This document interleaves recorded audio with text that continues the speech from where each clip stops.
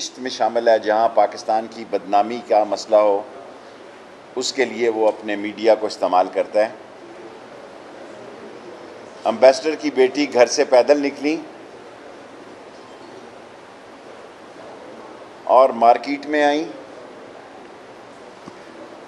और वहाँ से इन्होंने टैक्सी ली और शॉपिंग के लिए ये खड्डा मार्केट में उतरी। ये मैं वो बातें आपसे अर्ज़ कर रहा हूँ जिसकी हमें सेफ सिटी से और कैमरा से, वीडियो से इत्तलात मिली। खड्डा मार्केट से इन्होंने एक और टैक्सी ली और जो हमारी फुटेज है वो इनको रावलपिंडी जाते बता रही है। और हमारे पास रावलपिंडी में एक शॉपिंग मॉल के बाहर इनकी ये वहाँ से जिस टैक्सी ने उतारा उसकी भी फुटेज है।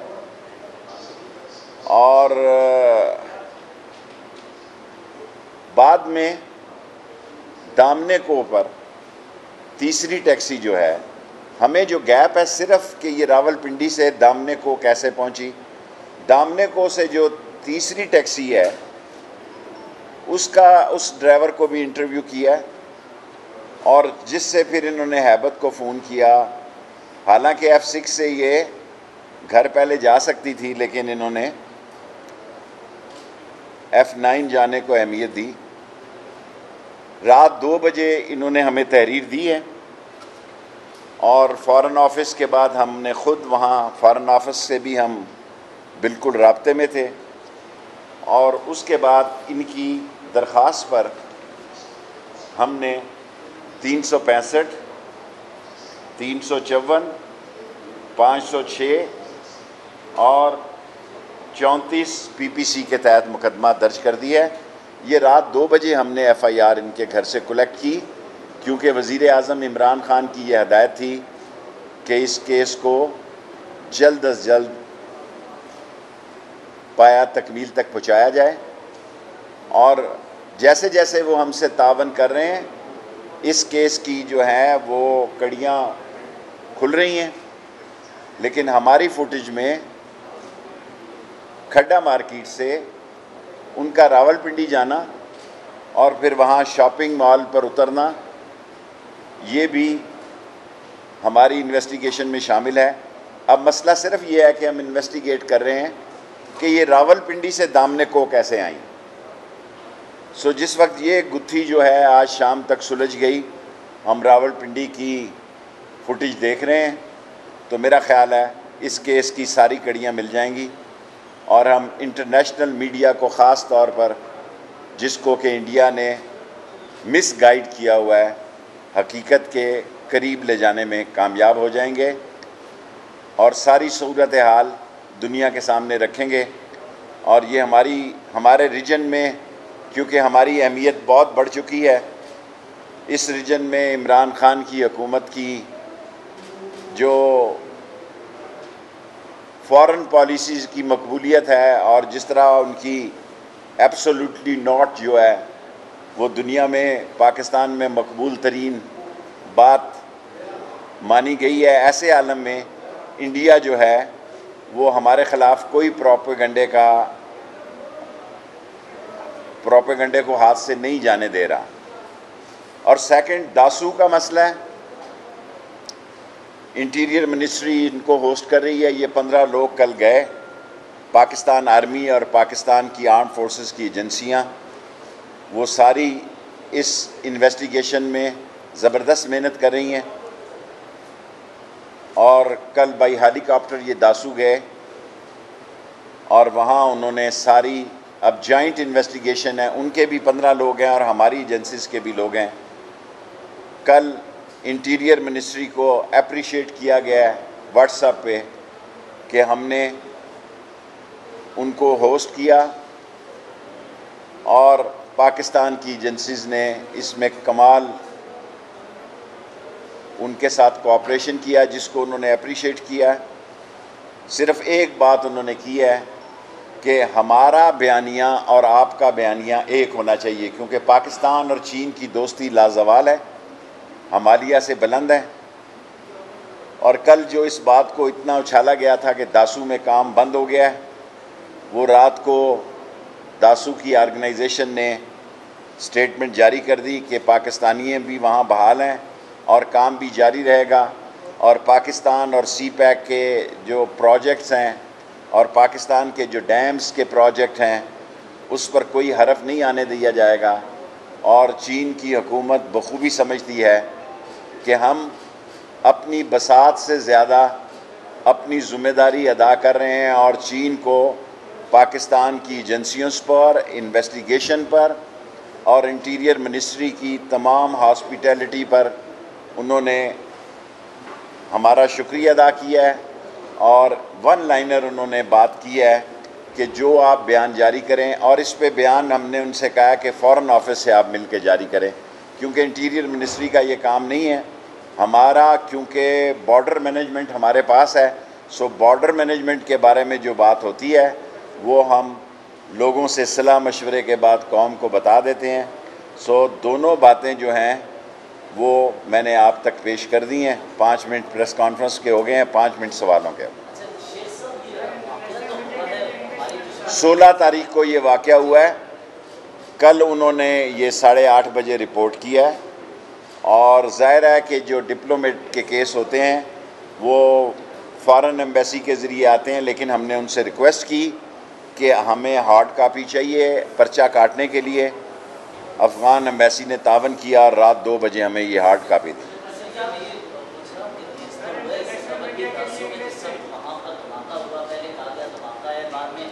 देखें, ये जो भी बात है, मेरी बात सुने, मेरी गुजारिश सुने, मुझे अपनी मिनिस्ट्री की हद तक रहने दें। इसका जवाब फ़ॉरेन ऑफिस आपको बेहतर दे सकता है।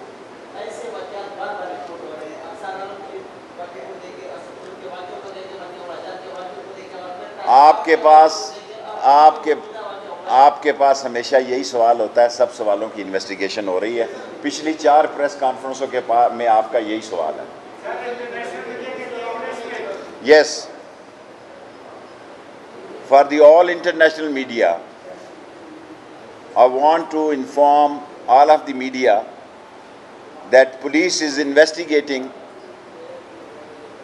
the report of Afghan ambassador's daughter Silsila, which they have given us a hard copy last night, even not last night, today morning at 2 o'clock, and we have registered a case on the request of her against the 354-506-34 PPC, and we have interviewed all among these 3 taxis, 2 taxis, and whatever the conclusion will be, and we are in touch with the Afghan embassy, they are cooperative. And when this incident happened, she went to PIMS hospital also. First she went to, what was the hospital name? Ali Medical. Then from there she comes to PIMS, and she has a medical report from there. So all credit goes to police also, and the investigation agencies and the Foreign Office. Our Foreign Office, investigation agencies and Islamabad police is working on top priority, because this is the direction of Prime Minister Imran Khan to solve this case and arrest these people as soon as possible. And when we will reach on a conclusion, so again maybe we have to take you in confidence, because the last night whatsoever, due to the influence of, because India on media is doing a influence agent role against Pakistan, whatever you people have showed, that was fake, and that was not the same girl.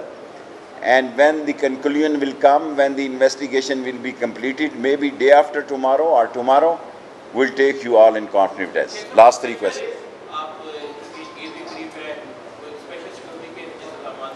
जो लोग हमसे security के Chinese जहाँ जो houses हैं वो दरख्वास्त करेंगे, उनको हम इस्लामाबाद पुलिस की सिक्योरिटी देंगे।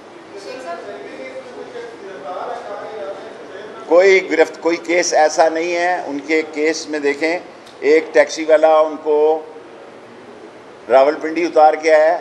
एक टैक्सी वाले ने उनको F6 से या 7 से खड्डा मार्केट में उतारा है। खड्डा मार्केट की टैक्सी उनको रावलपिंडी लेके गई है और F7 से जो दामने कोस है या F9 पार्क से जिस ड्राइवर को उसने एंगेज किया, तमाम तीनों ड्राइवर के इंटरव्यू मौजूद हैं एंड दी केस जो वो बयान देंगी उसके मुताबिक दर्ज होता है। उन्होंने FIR दी है, वो FIR हमने शेयर कर दी है एंड इंशाअल्लाह वज़ीर आज़म इमरान खान की डायरेक्शन थी कि इसको 48 घंटों में, 48 घंटे ना हुए तो 72 घंटे में ये केस सॉल्व हो जाएगा। जी बेटे।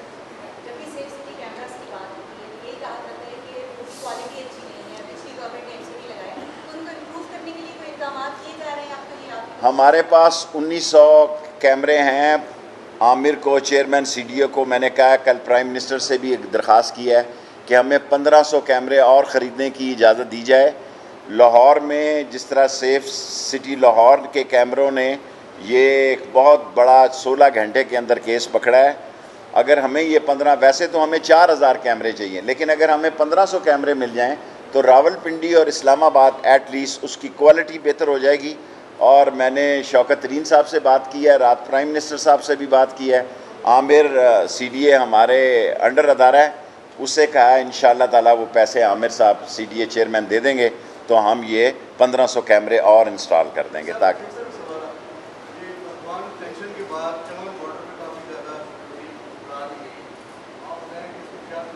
देखें चमन बॉर्डर पर अभी जो ISPR का बयान है कि तमाम नाकों पे फ़ौज मौजूद है और पाकिस्तान की साइट पर सूरत हाल बिल्कुल ठीक है। जो अफ़गानिस्तान की सूरत हाल है वो अफ़गानिस्तान जाने और उनका काम जाने। पाकिस्तान अपनी सरज़मीन को किसी कीमत पर अफ़गानिस्तान के ख़िलाफ़ न इस्तेमाल होने देगा, ना अफ़गानिस्तान से ये तोक़े रखता है कि उनकी तरफ से लोग या उनकी सरज़मीन पाकिस्तान के ख़िलाफ़ दहशत गर्दी के लिए इस्तेमाल हो। लास्ट आपका हो गया लास्ट क्वेश्चन।